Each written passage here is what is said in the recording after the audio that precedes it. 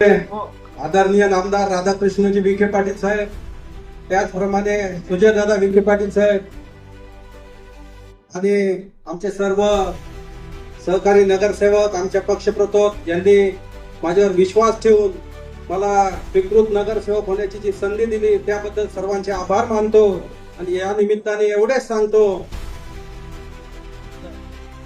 की शहराच्या विकासासाठी भारतीय जनता पार्टी ही कायम कटिबद्ध आहे. कुठलीही अडचण आमच्याकडून येणार नाही एवढी मी तुम्हाला शाश्वती देतो.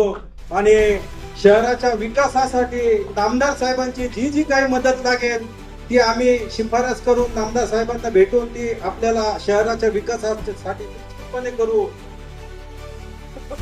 तुम्ही आमदार आहात, माझ्यापेक्षा जास्त जबाबदारी तुमची आहे.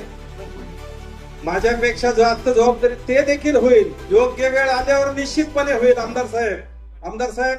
परंतु आता इथं राजकीय भाषण करायची वेळ नाहीये, त्यामुळे मी काय आणखी जास्त खोलात जात नाही.